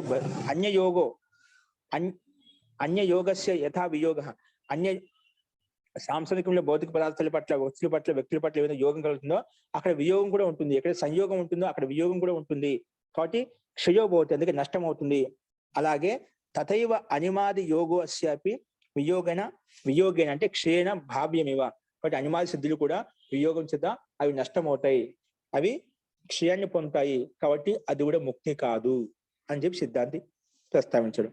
మరి ముక్తి ఇది కాదంటే మళ్ళీ ఏదన్నా తథైవ నా ఇంద్రాది పదయోగోపి తద్వత్. అయితే ఇంద్రాది అంటే దేవతల యొక్క ఆధిపత్యం అంటే స్వామిత్వం పొందడమైన ముక్తి అంటున్నావా? ఇప్పుడు దేవతలు ఇంద్రుడు దేవలోకానికి రాజా స్వామి అంటాం. అంటే ఇంద్రుడు అంటే అందరికీ అధిపతి స్వామి అన్నమాట. ఇక్కడ అంటే ఒక రాజుగా పదించడం, అటువంటి విశిష్టమైన ఇంద్రత్వ పదవిని పొందడం ఏమైనా ముక్తి అంటున్నావా? అది కూడా కాదు. నా ఇంద్రాది పద యోగోపి తద్వత్. అది కూడా ఇంద్రాది పదవి వచ్చినా కూడా, చక్రవర్తి పదవి వచ్చినా కూడా అది కూడా ఎంతవరకు ఉండే పదవి, నీ శరీరం ఉండేంత వరకు ఉంటుంది, తర్వాత నష్టమైపోతుంది, శాశ్వతంగా నీకు ఉండదు కదా, అక్కడ ఎన్నో సమస్యలు వస్తూ ఉంటాయి అన్నమాట. కాబట్టి నా ఇంద్రాది పద యోగోపి తద్వత్, ఇంద్రాది పద యోగం పొందడం కూడా ముక్తి కాదు. చూడండి భాష్యం, ఇంద్రాది పద యోగ అపి నా తద్వత్. తో ఇంద్ర బృహస్పతి ఆది పద ప్రాప్తి అంటే ఇంద్ర యొక్క పదవి అయితే ఉందో, బృహస్పతి యొక్క పదవి అయితే ఉందో అంటే ఒక విశిష్టమైన స్థానం అంట, ఉంచే స్థానం. ఇప్పుడు చక్రవర్తి సామ్రాజ్యం అని చెప్పాం కదా, అట్లా విశిష్ట యోగ్యత బట్టి విశిష్ట స్థానం పొందడం అంటే ఒక స్థితి నుంచి సామాన్య స్థితి నుంచి ఒక విశిష్టమైన పదవిని పొందాం అనుకోండి. ఇప్పుడు ఈ సామ్రాజ్యానికి విశ్వానికి సంపూర్ణ చక్రవర్తి అని చెప్తే ఎంత ఉచ్చస్థమైన పదవి ఉంది. అటువంటి పదవిని పొందడం అయినా ఇంద్ర పదవిని కానీ బృహస్పతి యొక్క పదవిని పొందడము ముక్తి అంటున్నావా? అదుడే కాదు. అందుకే అది చెప్పాడు ఇక్కడ, ఇంద్ర బృహస్పతి ఆది ప్రాప్తి తప్పి అటువంటి పదవిని పొందడం అంటే ఇంద్రుని యొక్క పదవి బృహస్పతి యొక్క పదవిని పొందడం కూడా ముక్తి కాదు. ఇంద్ర బృహస్పతి ఆది పద ప్రాప్తి, వారి యొక్క పద ప్రాప్తి అయితే ఉందో, పద ప్రాప్తి తప్పి ముక్తి నా యుక్త, అది కూడా ముక్తి చెప్పడం యుక్తి సంగతం కాదు. ఎందుకు? యోగస్య వియోగ ధర్మత్వ. ఏది యోగం అంటున్నా ముక్తి అదే విశిష్టమైన ఇంద్ర పదవి యోగం కలిగిందంటే దాని వియోగం కూడా ఉంటుంది. బృహస్పతి యొక్క పదవి యొక్క యోగం కలిగిందంటే యోగం అంటున్నామంటే వియోగం ఖచ్చితంగా ఉంటుంది, సంయోగం అంటున్నా వియోగం కూడా ఖచ్చితంగా ఉంటుంది. కాబట్టి యోగస్య వియోగ ధర్మత్వ, యోగం అంటున్నామంటే ఇది ప్రాప్తం అవుతుంది అంటున్నామంటే దానికి వియోగం కూడా ఖచ్చితంగా ఉంటుంది. ఏదో ఉత్పత్తి అయిందో దాని నాశనం కూడా ఉంటుంది. ఖచ్చితంగా నాశనం అనేది అవశ్యం భావి. అందుకే వియోగ ధర్మత్వ, వియోగం కూడా ఖచ్చితంగా దాని యొక్క ధర్మ స్వభావం అనమాట. వియోగ ధర్మత్వాత్ ప్రాప్తే క్షయత్వ ధర్మత్వాత్, క్షయ ధర్మత్వాత్. కాబట్టి అది క్షయం అయిపోతుంది, నష్టం అయిపోతుంది. కాబట్టి నువ్వు ఇంద్రాది పదవి వచ్చినా, బృహస్పతి యొక్క పదవి వచ్చినా, ఏ పదవి ప్రతిష్ట కలిగినా కూడా అవన్నీ కూడా ముక్తి కాదు. ఇష్ట సుఖ విశేషం కూడా ముక్తి కాదు. మన ముక్తి అంటే ఏమిటి అంటే ఈ శరీరం సంపూర్ణంగా త్యాగం చేసే మనము పరమాత్మ యొక్క ఆనందాన్ని పొందినప్పుడే అది ముక్తిగా పరిగణించాలి. కాబట్టి ఇది కూడా ముక్తిగా, ఇది కూడా ముక్తిగా అని చెప్పాడు. ముక్తి అంటే అత్యంత దుఃఖ నివృత్తి. మళ్ళీ శరీర బంధం ఎక్కడైతే లేదో ముందు చెప్పుకున్నాడు, లేదా శరీర సంబంధం ఉండదో దాన్ని ముక్తిగా పరిగణించాలి. ఈ శరీరం త్యాగం చేసినప్పుడే నీకు ముక్తి కలుగుతుంది. ముక్తి యొక్క సందర్భంలో అక్కడ నీకు శరీరం యొక్క సంబంధం ఉండవట. శరీరం యొక్క సంబంధం ఉందంటే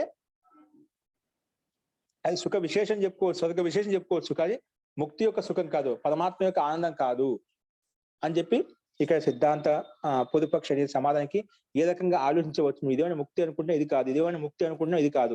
ఇవన్నీ కాదు అంటే అన్ని తొలగించుకున్నప్పుడే, సంసార కర్మాశయాన్ని పూర్తి నష్టం చేసుకున్నప్పుడు, దగ్ధం చేసుకున్నప్పుడే ఈ శరీరం ఎప్పుడే మళ్ళీ జన్మ అంటూ ఉండదో అటువంటి స్థితిలే మనం ముక్తి యొక్క స్వరూపాన్ని పొందగలుగుతాం. అంటే కైవల్య స్థితి, కేవల స్వరూపం. నీ ఆత్మస్వరూపంలో ఎప్పుడైతే నిలబెడతావో అది ముక్తి. ఆత్మస్వరూపం అంటే కైవల్యమే ముక్తి. ఆత్మస్వరూపంలో శరీరం లేకుండా, పంచభౌతిక శరీరం లేకుండా తనలో తాను లీనం కావడమే ముక్తి అని చెప్పి సిద్ధాంతి మనకు ముందే ప్రస్తావించాడు. కానీ దాని పూర్వపక్షి ఏ రకంగా ఒకే ఆలోచిస్తున్నావా ఆ ఆలోచించడం తప్పు. ఇది కాదు, ఇది ముక్తి కాదు, ఇది ముక్తి కాదు చెప్పి ఏదేది కాదు మనకు చెప్పుకుంటూ వచ్చాయండి. ఈ రకంగా ముక్తి విషయంలో మనం చూసామండి. అస్తు ఇప్పుడు ఇక్కడ ఇంకొక రకంగా ప్రస్తావిస్తున్నాడు, అదేంటో చూద్దాం. ఇప్పుడు ఇంతవరకు చెప్పిన వాటిలో ఏదైనా సందేహం ఉందా?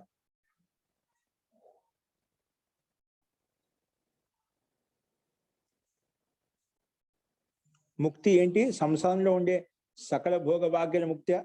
ఇప్పుడు మీకు అర్థమైందనుకుంటే ముక్తిని ఇవన్నీ ముక్తి కాదు, ఇవన్నీ సంయోగం చేత ఉత్పన్నమైనవన్నీ కూడా మనకు క్షణకాలం వరకే ఉంటాయి, కాబట్టి నష్టం అవుతాయి, కాబట్టి అది ముక్తి కాదని చెప్పి స్పష్టంగా చెప్పుకుంటూ వస్తున్నా అండి. ఓకేనా? ముక్తి అంటే ఈ శరీరాన్ని త్యాగం చేసుకున్నప్పుడే, మన కర్మాశని నష్టం చేసుకున్నప్పుడే మళ్ళీ జన్మ అంటూ ఉండదు. జన్మ లేకుండా ఉంటే కేవలం ఆత్మస్వరూపంలో ఉంటుంది కాబట్టి అప్పుడు మనకు ఆనందం కలుగుతుంది అన్నమాట. అంటే ముక్తి యొక్క ఆనందం కలుగుతుంది, పరమాత్మ యొక్క పరమానందం కలుగుతుంది అని చెప్పి సిద్ధాంతి ఈ రకంగా ప్రస్తావించాడు. అస్తు.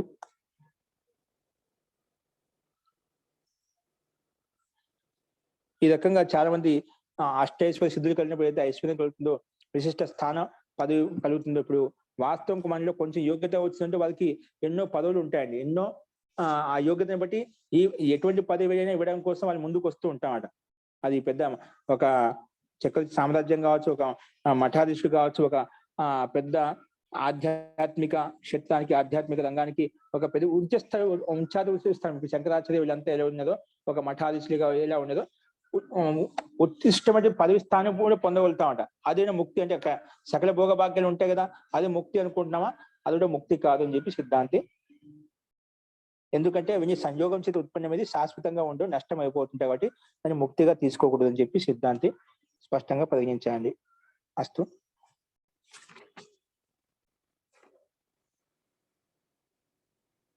ఇక్కడ మళ్ళా ఈ 84వ సూత్రం నుంచి మొదలుకొని ఇప్పుడు ముక్తి కాదు, ముక్తి అంటే శరీర త్యాగం చేత ముక్తి కలుగుతుంది, అది దుఃఖ నివృత్తి ముక్తిగా భావించాలని చెప్పి మనం సిద్ధాంతి ప్రస్తావించాడు.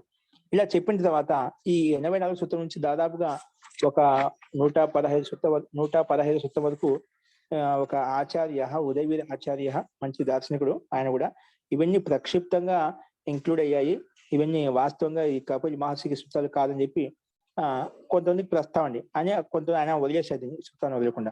కానీ బ్రహ్మ నుంచి ఇది అంత మరి ఇన్ని ఏదో 1-2 ఉండొచ్చు, పూర్తిగా మరి ప్రక్షిప్తం ఉండదు, కానీ సంగతి పూర్వకంగా ఈయన భాష్యం రాయడానికి ప్రయత్నం చేశామంట. కాబట్టి వేద సూత్రకారు దీనికి అన్యతా వ్యాఖ్యానం అని చెప్పి, అంటే వేరే విధంగా కొంచెం అసంగతంగా ఉండాయని చెప్పి ఇది ప్రక్షిప్తమై ఉండొచ్చు అనుమానంగా దాన్ని వదిలేసామట. కానీ బ్రహ్మనిజీ కాదండి, యుక్తి సంగతి తర్కపూర్వకంగా దాన్ని సిద్ధాంతానికి అనుకూలంగా దీనికి భాషని రచించారు బ్రహ్మమునిజీ. అది ఏంటో చూద్దాం. సరే, ప్రక్షిప్తంగా మనకు ఈయన బ్రహ్మమునిజీ దాని సిద్ధాంతానికి అనుకూలంగా అది మనం ఎలా చెప్పలేమండి, ఎందుకంటే ఋషికృత సూత్రాలను పూర్తిగా మనకు లుప్తమయ్యాయి కాబట్టి, మూల గ్రంథాలు లుప్తమయ్యాయి కాబట్టి మనం యథార్థంగా చెప్పలేం. కాబట్టి సిద్ధాంతానికి అనుకూలంగా ఉంది కాబట్టి ఖచ్చితంగా ఇది ఋషి యొక్క కృతమైన సూత్రమే ఉంటుంది, ఋషికృత భాషమే ఉంటుంది అని చెప్పి మన అనుమానం ద్వారా శాస్త్రానుకూలంగా ఉంది కాబట్టి మనం అలా అర్థం చేసుకుంటాం. అస్తు. ఏదేమైనప్పటికీ మనకు భాష ఇక్కడ ఇవ్వబడింది కాబట్టి మనం చూసుకున్నామండి. అస్తు. సిద్ధాంతానికి అనుకూలంగా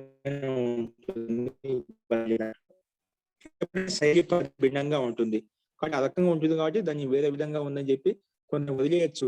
అంటే కొంతమంది దాన్ని యుక్తిపూర్వకంగా, తర్కపూర్వకంగా సమాజం చెప్పడం కోసం ప్రయత్నం చేస్తూ ఉంటారు అన్నమాట.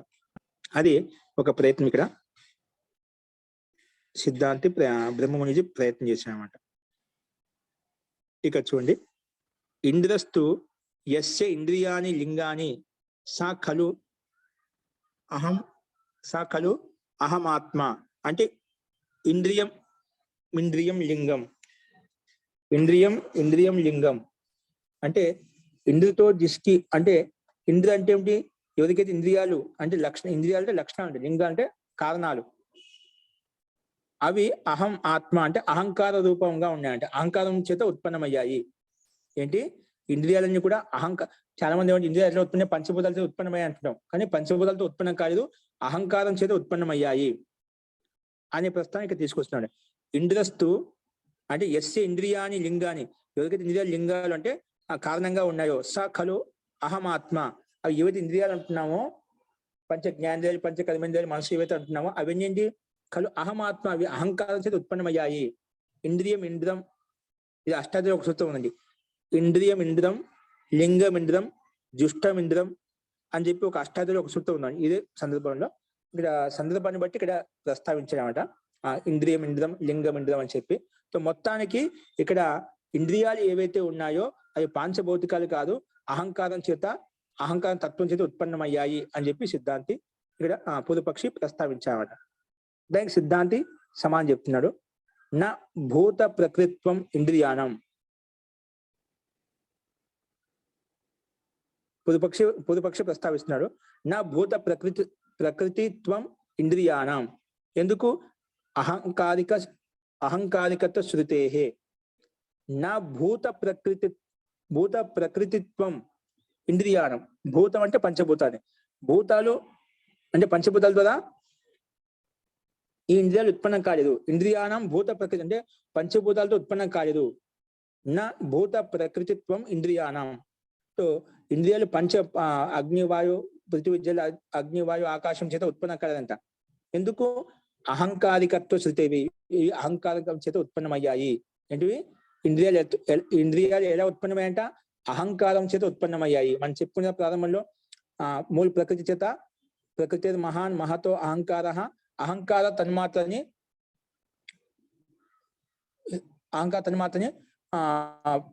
ఉభయం ఇంద్రియం, ఉభయం అంటే పంచేంద్రియాన్ని పంచ కర్మేంద్రియాన్ని ఉభయం ఇంద్రియం అని చెప్పుకున్నామట. అహంకారం చేత చెప్పుకున్నాం. కాబట్టి ఇక్కడ అహంకారం చేత ఇంద్రియాలు ఉత్పన్నమయ్యాయి కానీ పంచభూతాల చేత ఉత్పన్నం కాలేదు. ఓకేనా? అది ఇక్కడ చెప్తున్నారు. చూడండి, నా భూత ప్రకృతిత్వం ఇంద్రియానం. ఎందుకు? అహంకారికత్వ శృతి, శృతిలో అహంకారం చేత ఉత్పన్నమయ్యని చెప్పి శృతి కూడా చెప్పబడింది, అంటే వేదం కూడా చెప్పబడింది. చూడండి భాష్యం, ఇంద్రియాని భూత ప్రకృతిని నా, ఇంద్రియాలు అంటే భూత ప్రకృతి ద్వారా అంటే పంచభూతాలతో ఉత్పన్నం కాలేదు. భూత ప్రకృతిని నా అంటే భూతేభ్య అంటే పృథివీ జల అగ్ని వాయు ఆకాశం చేత నా ఉత్పన్నాన్ని. అందుకే భూతేభ్య అంటే పృథివ్యాది స్థూల భూతేభ్య నా ఉత్పన్నాన్ని. ఈ పంచభూతాలు ఇచ్చిన పృథివీ అగ్ని వాయు ఆకాశం చేత ఉత్పన్నం కాలేదు. ఎందుకు ఉత్పన్నం అంటే మరి ఎలా ఉత్పన్నమయ్యాయి అంటే తేషాం అహంకారికత్వ శృతి, అంటే అహంకారం చేత ఉత్పన్నమయ్యాయని చెప్పి శృతిలో చెప్పబడిందంట. ఇంద్రియాణం అహంకారికత్వం అంటే అహంకార ఉత్పత్తి శ్రూయతే. ఇవి ఇంద్రియాలు అంటే అహంకారం చేత ఉత్పన్నమయ్యాయని చెప్పి అవి శృతికి చెప్తున్నమాట. అహంకారాత్ ఉత్పత్తి శ్రూయతే, అహంకారం చేత ఉత్పన్నమయ్యాయని చెప్పి అది చెప్పబడుతుంది, అది వింటున్నాం కూడా. నా స్థూల భూతేభ్య, ఇవి స్థూల భూతాల చేత పృథివీ అగ్ని వాయు ఆకాశంతో ఉత్పన్నం కాలేదు. దాంట్లో శృతి ఏంటి, ప్రమాణం ఏంటి చెప్తున్నాడు. ఏతస్మాత్ జాయతే ప్రాణో మనః సర్వేంద్రియాని చ, ఏతస్మాత్ జాయతే, దీని ద్వారా ఉత్పన్నం అంటే ఈ అహంకారం ద్వారా. ఏతస్మాత్ జాయతే అంటే ఈ అహంకారం చేత ప్రాణో మనః సర్వేంద్రియాని చ ఉత్పన్నం అవుతున్నాయి. కాబట్టి ఇది పంచభూతాల చేత ఉత్పన్నం కదా, అహంకారం చేత ఉత్పన్నమయ్యాయి అని ఈ ప్రమాణం చూపించారు. తర్వాత ఖం వాయు జ్యోతి ఆపహ పృథివీ విశ్వస్య ధారణి, అంటే ఇవన్నీ కూడా పృథివీ అగ్ని వాయు ఏవైతే ఉన్నాయో ఆ విశ్వస్య ధారణి, ఆ విశ్వాన్ని మొత్తం ధారణ చేయబడి ఉంది. కాబట్టి ఖం ఆకాశం, వాయు, జ్యోతి అంటే అగ్ని, ఆపహ పృథివీ, ఇవన్నీ విశ్వస్య ధారణి. మొత్తం పృథివీ అయితే మొత్తం సంపూర్ణ విశ్వాన్ని ధారణ చేసి ఉందో అవి పంచభూతాలు ఏవైతే ఉన్నాయో వీటి ద్వారా ఇంద్రియాలు ఉత్పన్నం కాలేదు. అంటే అహంకారం చేత ఉత్పన్నమయ్యాయని చెప్పి మనకు ఏతస్మాత్ జాయత అని చెప్పి అక్కడ అది ప్రామాణికం చూపించారు. దీని ద్వారా పంచభూతాల ద్వారా ఉత్పన్నం కాలేదు. అందుకే ఇక్కడ చెప్పాడు మళ్ళీ అత్ర ఇంద్రియేభ్య పశ్చాత్, అంటే ఇంద్రియాల తర్వాత, ఇంద్రియేభ్య పశ్చాత్ స్థూలభూతానాం ఉత్పత్తి. అహంకారం చేత ఎప్పుడైతే ఇంద్రియాలు ఉత్పన్నమయ్యా, ఉభయ ఇంద్రియాలు ఎప్పుడైతే ఉత్పన్నమయ్యో తర్వాత పంచభూతాలు ఉత్పన్నమయ్యాయంట. ముందు ఇంద్రియాలు ఉత్పన్నమయ్యాయి, దాని తర్వాత పంచభూతాలు ఉత్పన్నమయ్యాయి. కాబట్టి అథ ఇంద్రియేభ్య పశ్చాత్, ఇంద్రియాలకు తర్వాత స్థూలభూతానాం ఉత్పత్తి, స్థూలభూతాలు ఉత్పన్నమయ్యాయి. తథా ఇంద్రియాణం ఉత్పత్తిస్తూ తేభ్య పూర్వమేవ, కాబట్టి ఇంద్రియాలు ఉత్పత్తి పూర్వం జరిగిపోయినాడు. కాబట్టి పంచభూతాలతో ఈ పంచ జ్ఞానేంద్రియాలు పంచ కర్మేంద్రియాలు మనసు ఉత్పన్నమయ్యనేది యుక్తి సంగతం కాదు. ఎందుకంటే ఈ పంచభూతాలు ఉత్పన్న పృథివీ జల అగ్ని వాయు ఆకాశం ఉత్పన్నం కావడానికి ముందే ఇంద్రియాలు ఉత్పన్నమయ్యాయి. అది తస్మాత్ ఇంద్రియాన్ని అత్ర ఇంద్రియేభ్య పశ్చాత్ స్థూలభూతానం ఉత్పత్తి, స్థూలభూతాల యొక్క ఉత్పత్తినిది. తథా ఇంద్రియానం ఉత్పత్తిస్తూ తేభ్య పూర్వమే, ఇంద్రియాల ఉత్పత్తి యొక్క పూర్వమే ఇవి ముందు ఉత్పన్నమయ్యాయి. ఇంద్రియానం ఉత్పత్తిస్తూ తేభ్య పూర్వమేవా, అంటే తేభ్య అంటే స్థూలభూతేభ్య, స్థూలభూతాలకు ముందే ఉత్పన్నమయ్యాయి అని చెప్పి సిద్ధాంతి ఇక్కడ ప్రస్తావించాడు. అంటే ముండకోపనిషత్తు యొక్క విషయాన్ని కూడా మంత్రాన్ని కూడా ఇక్కడ ప్రస్తావించాయన్నమాట. కాబట్టి తస్మాత్ ఇంద్రియాన్ని స్థూలభూతేభ్యో నా ఉత్పన్నాన్ని. కాబట్టి ఇంద్రియాలు అంటివి పంచ జ్ఞానేంద్రియాలు పంచ కర్మేంద్రియాలు మనసు ఏవైతే ఉన్నాయో స్థూల భూతాల చేత ఉత్పన్నం కాలేదు. తథా కృత్వైవ సాంఖ్య దర్శనే అత్ర సత్వరజస్తమసాం సామ్య అవస్థ ప్రకృతి. అలాగే ఈ రకంగా చేస్తా అంటే సాంఖ్య సిద్ధాంతంలో సాంఖ్య ప్రకారంగా సాంఖ్య సిద్ధాంతానుసారంగా తథా కృత్వైవ అంటే సాంఖ్య దర్శనే అత్ర సత్వరజస్తమసాం సామ్య అవస్థ ప్రకృతి అని చెప్పాం. ఆ ప్రకృతి మహాన్, ఆ ప్రకృతిలో మహాత్మ ఏర్పడింది. మహతో అహంకార, ఈ మహాత్మలో అహంకారం ఏర్పడింది. అహంకార పంచ తన్మాత్ర అని ఇక్కడ అహంకార ఏర్పడే పంచ తన్మాత్రలు అంటే శబ్ద స్పర్శ రూప రసగంధాలు ఏర్పడ్డాయి అన్నమాట. పంచ తన్మాత్రని తర్వాత ఉభయం ఇంద్రియం అంటే తన్మాత్రలు చేత శబ్ద స్పర్శ రూప రసగంధాలు ముందు ఉత్పన్నమయ్యామట. కాబట్టి ఇవన్నీ ఏంది ఇంద్రియాల యొక్క గుణాలు అనమాట. ఇవన్నీ కూడా శబ్ద స్పర్శ రసగంధాలు ఏంటివి, ఇవి గుణాలు అనమాట. అంటే ఇంద్రియాలు మొత్తం ఉత్పన్నమే అంట. అంటే వీటి ద్వారానే మనం గ్రహించబడుతున్నాం, ఇంద్రియాలు కూడా గ్రహిస్తున్నాయి. కాబట్టి పంచ తన్మాత్రని ఉభయం ఇంద్రియం తన్మాత్రేభ్య స్థూలభూతాన్ని, ఆ తన్మాత్రల చేత మళ్ళా ఉభయం అంటే పంచభూతాన్ని, స్థూలభూతాన్ని అంటే పంచభూతాలు ఉత్పన్నమయ్యాయి. ఇది మన సాంకేతిక మొట్టమొదటి మెయిన్ సిద్ధాంతం, ముఖ్య సిద్ధాంతంగా 1వ అధ్యాయం 6వ స్థితులు చెప్పుకున్నాం అన్నమాట. కాబట్టి ఇక్కడ ఏం చెప్పబడింది, అహంకార పంచ తన్మాత్ర అని చెప్పబడింది. అంటే అహంకారం చేత ఇంద్రియాలు ఉత్పన్నమయ్యాయి. ఇంద్రియాలు ఉత్పన్నమైన తర్వాత పంచభూతాలు ఉత్పన్నమయ్యాయి అని ఇక్కడ ప్రత్యక్షంగా చెప్పబడింది. అందుకే శబ్ద స్పర్శ రూప రసగంధాలు ఎలా ఉత్పన్నమయ్యాయి, అహంకారం చేత ఉత్పన్నమయ్యాయి. కాబట్టి చూడండి కింద ఇచ్చాడు, అహంకార పంచ తన్మాత్రాన్ని తథా ఉభయం ఇంద్రియం తథా ఉభయం ఇంద్రియం, తర్వాత ఇవి తన్మాత్రలు ఎప్పుడైతే ఏర్పడ్డాయో అప్పుడు ఉభయ ఇంద్రియాలు ఏర్పడ్డాయి. కాబట్టి గణద్వయస్సు ఉత్పత్తి దర్శిత, ఇక్కడ గణద్వయం అంటే 2 భాగాలుగా ఇక్కడ ఉత్పత్తి యొక్క స్థితి చూపించదన్నమాట. ముందు అహంకారం చేత తన్మాత్రలు ఏర్పడ్డాయి, దాని తర్వాత పంచభూతాలు ఏర్పడ్డాయి. అది చెప్పారు. గణద్వయస్య ఉత్పత్తి దర్శిత, 2 గణ సమూహాల ద్వారా ఇక్కడ పంచ తన్మాత్రల యొక్క గణము, పంచభూతాల యొక్క గణం అన్నమాట. ఈ గణ సమూహం ద్వారా ఉత్పత్తి యొక్క స్థితి మనకు చూపించదన్నమాట. అందుకే గణద్వయస్య ఉత్పత్తి దర్శిత సాంఖ్య మతే. స్లైడ్ మార్చండి. సాంఖ్య మత అభిప్రాయంలో, సాంఖ్యాచార్య యొక్క అభిప్రాయంలో పంచ తన్మాత్రేభ్య మళ్ళీ పంచ తన్మాత్రేభ్య పంచ తన్మాత్రేభ్య పశ్చాత్ ఇంద్రియాణం నిర్దేశాత్ తాని ఇంద్రియాని పంచ తన్మాత్రేభ్య పశ్చ ఉత్పన్నాని మంతుం శక్యంతే. ఈ సిద్ధాంతం ఇక్కడ ప్రస్తావించారు. చూడండి,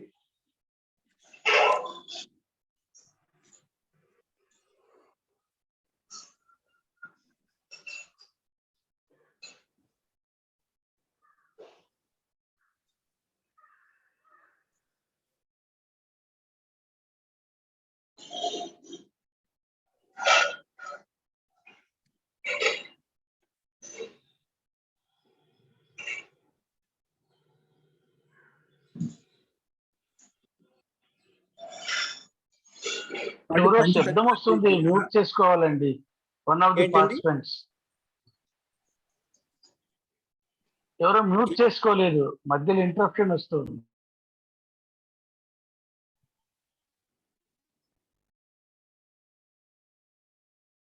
ఇప్పుడు వినిపిస్తుందండి? చూడు, అంతిమ కొంచెం వినిపిస్తుంది. సో సాంఖ్య మత అభిప్రాయం ప్రకారం, సాంఖ్యాచార్య సిద్ధాంతం ప్రకారంగా గణద్వయస్య ఉత్పత్తి దర్శిత అంటే 2 సమూహాలుగా ఉత్పత్తి యొక్క అంటే ఇంద్రియాల ఉత్పత్తి స్థితి చూపించారు. ఏంటి? సాంఖ్యమతే పంచ తన్మాత్రేభ్య అంటే పంచ తన్మాత్రల చేత అంటే శబ్ద స్పర్శ రూపరస గంధాల చేత, శబ్ద స్పర్శ రూపరస గంధాల చేత ఏర్పడ్డాయి?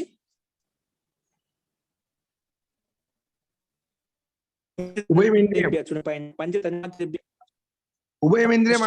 ఇంద్రియాణం, ఇక్కడ భాష చూడండి, పంచ తన్మాత్రేభ్య పశ్చాత్ ఇంద్రియాణం నిర్దేశాత్, ఇంద్రియాల యొక్క నిర్దేశాలు ఇవ్వబడ్డాయి. పంచ తన్మాత్రేభ్య పశ్చాత్ అంటే శబ్ద స్పర్శ రూప గంధాల తర్వాత ఇంద్రియాణం ఇంద్రియాలు నిర్దేశించబడ్డాయి. మరి ఇంద్రియాని పంచ తన్మాత్రేభ్య, ఆ ఇంద్రియాల చేత పంచ తన్మాత్ర అంటే అగ్ని, పృథివీ, అగ్ని, వాయు, ఆకాశం ఉత్పన్నమయ్యాయి. అది ఇప్పుడు ఇంద్రియాని పంచ తన్మాత్రేభ్య, ఇంద్రియాని పంచ తన్మాత్రేభ్య పశ్చాత్ ఉత్పన్నాన్ని మంతుం శక్యంతే. కాబట్టి పంచభూతం ఇంద్రియాలు ఉత్పన్నమైన తర్వాత ఉత్పన్నమయ్యాయి, అలాగ మనం స్వీకరించవచ్చు, అలా చెప్పవచ్చు. కాబట్టి శృతౌ తన్మాత్రాన నిర్దేశం నాస్తి, కానీ శృతిలో తన్మాత్రల చేత ఉత్పత్తి అని చెప్పి అక్కడ శృతి లేదు, వేద ప్రమాణం లేదు. తన్మాత్రానం నిర్దేశం నాస్తి, పంచభూతానం ఉత్పత్తి దర్శిత. తన్మాత్రానం నిర్దేశో అక్కడ శృతి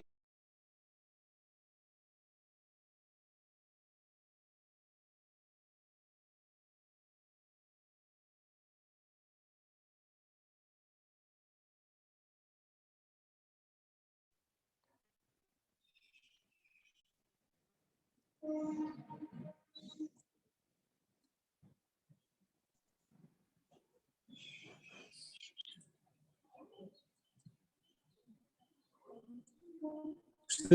తన్మాత్రానం నిర్దేశో నాస్తి పంచభూతాన్ని ఉత్పత్తి దర్శిత. కాబట్టి అక్కడ నిర్దేశం లేదు కానీ పంచభూతాల ఉత్పత్తి దర్శితని, ఆ పంచభూతాలు ఎలా ఉత్పత్తి వారికి దర్శించబడ్డాయని.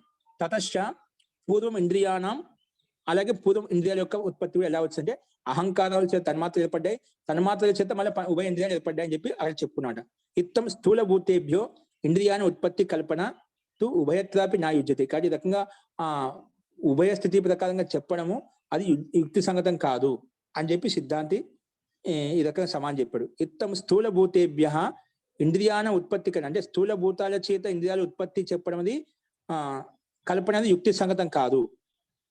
కాబట్టి ఇత్తం స్థూల భూతేభ్య ఇంద్రియాన ఉత్పత్తి కల్పన, ఇంద్రియాలు ఉత్పన్నమయ్యాయి ఈ కల్పనతో ఉభయత్రాపి నా యుజ్యతే. రెండు రకాలు చూసినా కూడా అది యుక్తి సంగతం కాదు. అంటే తాత్పర్యం ఏంటి మరి ఇక్కడ ఎందుకు ప్రస్తావించడం? తన్మాత్రేభ్య, ఎందుకంటే ఇక్కడ తాత్పర్యం ఈ రకంగా తీసుకోవాలి మనము. మాత్రలంటే శబ్ద స్పర్శ రూపక సగంధాలు గుణాలు, గుణాలు అనమాట. అంటే ఇవి సూక్ష్మేంద్రియాలు. ఏంటండి? ఇవి సూక్ష్మేంద్రియాలు. శబ్ద స్పర్శ రూపరస గంధాలు సూక్ష్మ తీసుకోవాలి. అలాగే పంచభూత ఉన్నావు అంటే పంచభూతాలు అలాగే మనం రెండింటిని డివైడ్ చేసుకోవాలన్నమాట. స్థూల భూతాలు అంటే ఏమిటి? స్థూల ఇంద్రియాలు అంటే ఏమిటి? మనకు ప్రత్యక్షం కనిపించే గోళకాలండి. ఇవి మన కళ్ళు, పంచ జ్ఞానేంద్రియాలు, పంచ కర్మేంద్రియాలు కనిపిస్తే గోళకాలు కనిపిస్తున్నాయో శరీరంలో, అవన్నీ గోళకాలు మాత్రమే. వాటిలో చూసే శక్తి సామర్థ్యం అంతా కూడా కళ్ళకైనా చెవులకైనా అది సూక్ష్మేంద్రియం ద్వారా వస్తుంది. ఏంటొస్తుంది? శబ్ద స్పర్శ సంబంధాలు ఈ స్థూల అన్నమాట. వాటిలో అంతర్గత